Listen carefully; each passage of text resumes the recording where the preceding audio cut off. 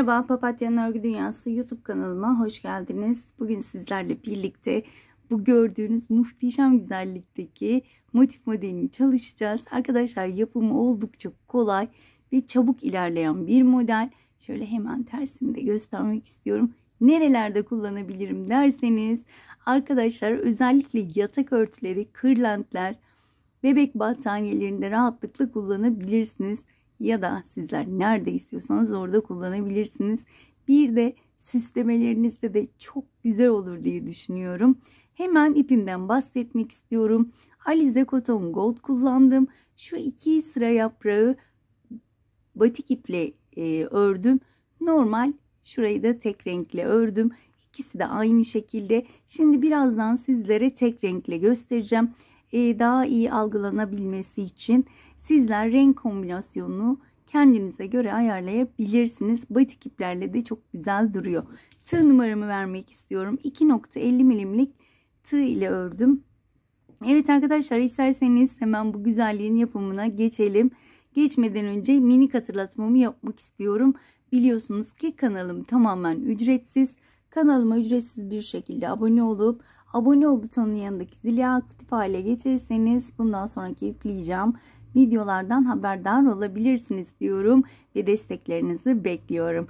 Evet arkadaşlar, hemen bu güzelliğin yapımına geçelim. Evet arkadaşlar, öncelikle modelimin ortasından başlıyorum. Sihirli halkayla başlıyorum. İpimi halka haline getirdim. Halkamın içinden tığ geçirip 3 tane zincir çekiyorum. Tığın başını doladım ve halkamın içine toplamda çektiğim zincirle birlikte 16 tane ikili trabzan yapıyorum. 3 4 5 6 7 8 9 10 11 12 13 14 15 ve son olarak 16. Sihirli halkamın ipini şöyle sıkıştırıyorum ortası küçülmesi için ve ilk çektiğim zincirin tepe noktasına battım. Kaydırmayla kapattım. Bir zincir çekiyorum ve bu renkle işimi bitiriyorum. Ve diğer rengime geçiyorum. Şöyle çok güzel bir pembem var. Pembeyle başlayacağım. İpime bir düğüm attım. Ve herhangi bir trabzan tepesine batıyorum. Kapatıyorum.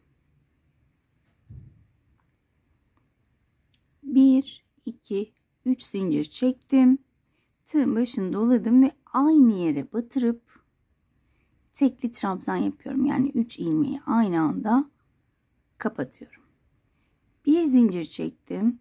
Tığın başını doladım. Bir tane trabzan atlayıp ikinci trabzana batarak tekli bir trabzan. 2 zincir. Tığın başını doladım. Tekrar aynı trabzanın tepesine bir tekli trabzan. Bakın şöyle minicik kutular yapmış oluyoruz. Arada bir zincir. Tığın başını doladım. Bir tane trabzan atlayıp ikinciye battım. Tekli trabzan. 2 zincir. Tığın başını doladım. Tekrar aynı yere bir tekli trabzan yapıyorum. Bakın şöyle 1, 2, 3 tane kutucuk yapmış olduk. Ve aralara bir zincir çekiyorum. Bir tane trabzan atlayıp hemen önümdeki ikinci trabzana battım. 2 zincir, tekrar aynı yere. Toplamda arkadaşlar 8 tane şöyle kutucuğum olacak. Evet, toplamda 8 tane kutucuğum oldu. Şöyle 2, 4, 6, 8. Burada bir zincir çekiyorum. Ve ilk çektiğim zincirin şöyle ikincisine battım. Kaydırmayla kapattım. Burada Artık yapraklarımızı yapacağız. Hemen önümdeki boşluğa batıyorum. Bir sık iğne yapıyorum. Bir zincir çekiyorum. Ve hemen üçgen şu kutucuğumun içine batıp 2 tane ikili trabzan. 2 zincir. Tekrar aynı kutucuğun içine 2 tane ikili trabzan. Burada bir zincirim var. Hemen bakın şu tek zincirlik bölüme batıyorum. Sık iğne ile kapatıyorum. Bir zincir çekiyorum. Tığın başını doladım. Kutucuğun içine battım. 2 tane ikili trabzan. 2 zincir. Aynı üçgen kutunun içine batarak 2 tane ikili trabzan yapıyorum. Bir zincir. Bu bir zincirlik bölüme tam ortasına batıp sık iğne yapıyorum. Bir zincir çekiyorum ve diğer kutuya geçip 2 tane ikili trabzan, 2 zincir ve 2 tane ikili trabzan şeklinde ilerliyorum tüm sıra boyunca. Şöyle göstermek istiyorum. Sıra sonuna kadar devam edelim. Evet arkadaşlar, sıramın sonuna gelmek üzereyim. Son 2 tane de ikili trabzanımı yaptım. Bir zincir çektim ve modeli çeviriyorum. Bakın şöyle modeli çevirdim ve buradaki sık iğneye batırıyorum.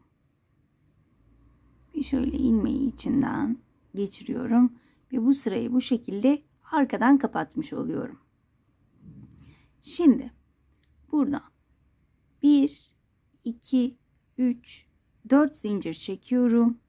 Hemen bakın 2 yaprak arasında şöyle 2 tane ilmeğim var. Oraya batıyorum. Bir üst sıradaki yaprakların yuvasını yapıyorum. 1, 2, 3, 4. Karşıya geçtim. Bakın 2 yaprak arasındaki 2 tane ilmeğin arasına battım. Sık iğne yaptım. 1, 2, 3, 4 zincir çekiyorum. 2 yaprak arası şu şekilde batıyorum. Bu şekilde sıra sonuna kadar toplamda 8 tane yuvamız olacak. Sıra sonuma geldim. Son 4 tane zincirimi çekiyorum. Bakın ilk başladığım noktaya geldim. Şöyle kaydırmayla kapatıyorum. Bir zincir. Burada ipimi kesiyorum. Ve bir üst sıraya başlayacağımız yuvalarımız da hazır olmuş oldu. Şimdi şöyle, bu bizim sihirli halkamız. Hemen bunu da kapatalım. Herhangi bir ilmeğe batıyorum. Ve sihirli halkamın ipine bir düğüm atarak saklıyorum. Düğüm atma sebebim sökülmemesi için. Biliyorsunuz sihirli halkalar hemen çözülüyor maalesef ki. O yüzden şöyle saklama gereği duyuyorum düğüm atarak. Evet. Şöyle şu çirkin görünen iplerimizi keselim. Diğer ipleri de zaten arada yürüttüğümüz için onları saklamadan kesebiliriz. Evet, bu sıramız bu şekilde oldu. Şimdi çok güzel şöyle koyu bir pembem var. Onunla devam edeceğim. İpime şöyle bir düğüm attım. Şöyle hemen şuradan başlıyorum. İpime bir düğüm attım. Şöyle ipimi şöyle çekiyorum. Şu alttan da tekrar iplerimi yürütüyorum arkadaşlar. Bir zincir çektim. Burada aynı yuvanın içine batarak 3 tane ikili trabzan. 2 ve 3. ikili trabzan. Araya 2 zincir. Tekrar aynı yuvanın içine batarak 3 tane ikili trabzan. Bir zincir çekiyorum ve hemen aynı yere dibine battım. Sık iğne ile kapattım. Burada diğer yuvaya geçiyorum. Hiç arada zincirim yok. Geçtim. Bir sık iğne yaptım. Bir zincir çektim. Tığın başını doladım. Ve 3 tane ikili trabzan. 2 ve 3. Arada 2 zincirim var. Tekrar aynı boşluğa batırıp 3 tane ikili trabzan yapıyorum. Burada bir zincir, tekrar aynı boşluğun içine batıp bir sık iğne yapıyorum. Diğer boşluğa geçtim. Sık iğne ile başladım. Bir zincir çektim. 1 2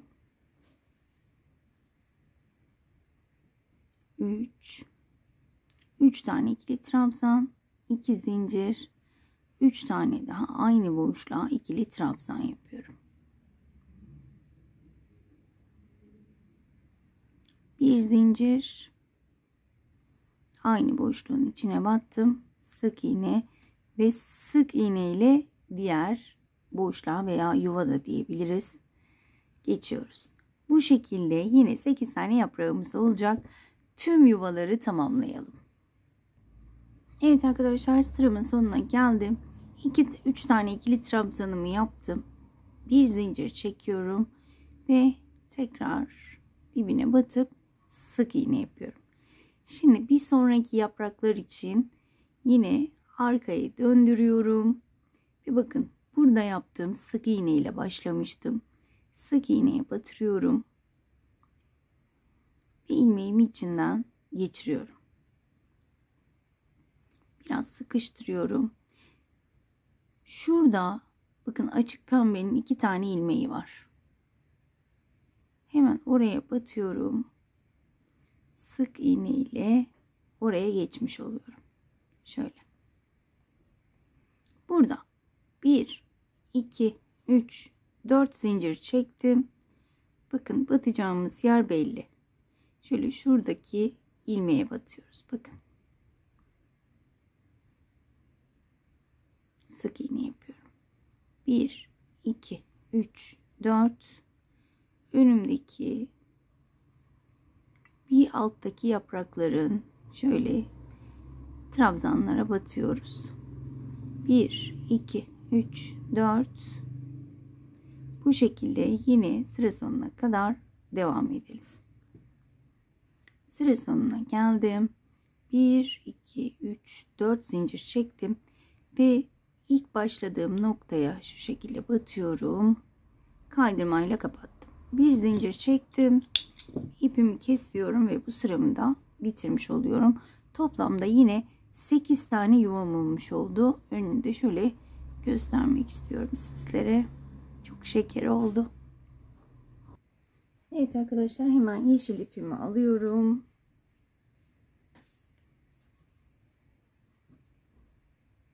İpime bir düğüm attım. Ve yine yeni yaptığımız yuvalardan başlıyorum örmeye. İlk yuvaya battım. 1 2 3 zincir çektim. Şöyle arada ipimizi yürütelim. İkili bir trabzan yapıyorum. Şöyle yan yana buraya ikili bir trabzan yapmış oldum. Dönüşte burayı tamamlayacağız. Araya 2 zincir çekiyorum. Aralara 2 zincir çekerek toplamda 5 tane trabzan yapıyoruz her yuvanın içine. 1 2 3 4 ve 5. Araya 2 zincir çekiyorum. Hemen diğer yuvaya geçiyorum. Bakın şu şekilde. 1 2 3 4 ve 5. Şöyle göstermek istiyorum. Şuraya dönüşte tamamlayacağız. Her yuvaya 5'er tane ikili trabzan, araya 2 zincir. 2 zincir ve hemen diğer yuvaya geçiyorum. 5 tane ikili trabzan. Bu sıra bu şekilde devam edecek. Evet arkadaşlar, sıramın sonuna geldim. Şurada 2 tane ikili trabzan yapmıştık. Şöyle 2 zincirimi çekiyorum araya. Buraya 3 tane daha ikili trabzan yapıyorum. Yine burayı 5 taneye tamamlıyorum. 2 3. İlk çektiğim zincirin tepe noktasına batırıyorum. Kaydırma yöntemiyle kapatıyorum. Burayı niye böyle yaptık? Şimdi bizim şu araya geçmemiz lazım. O yüzden şöyle en son trabzana batarak kaydırma yapıyorum. Bir kaydırma daha yapıyorum. Ve şöyle tam burada çektiğimiz 2 zincir boşluğuna gelmiş oluyorum. Burada 1, 2, 3, 4, 5 tane zincir çekiyorum. Aynı boşluğa batırıp sık iğne yapıyorum. 1, 2, 3, 4, 5, 6, 7, 8 zincir çektim. Yine aynı boşluğa batırıp sık iğne yapıyorum. 1, 2, 3, 4, 5 zincir. Aynı boşluğa battım. Sık iğne. Şöyle göstermek istiyorum. Çok şirin oluyor. Burada hemen karşı tarafa geçeceğim. Yani karşı boşluğa geçmem gerekiyor. 3 zincir çekiyorum. Ve hemen karşı boşluğa geçtim sık iğne ile. 1, 2, 3, 4, 5 zincir ve aynı işlemi yapıyorum. 5 zincir sık iğne ile bağla. 8 zincir. 3, 4, 5, 6, 7, 8 sık iğne ile aynı bölüme bağlıyorum. Ve tekrar 5 zincir. 3, 4, 5 ve aynı boşluğun içine sık iğne ile sabitliyorum. Şöyle de göstermek istiyorum. Tekrar gördüğünüz gibi çok güzel oluyor. 3 zincir çekiyorum. 1, 2, 3 boşluğa geçiyorum. Ve yine burada yaptığımız işlemleri tüm boşluklarda devam ediyoruz. Evet arkadaşlar, ben sıramın sonuna geldim.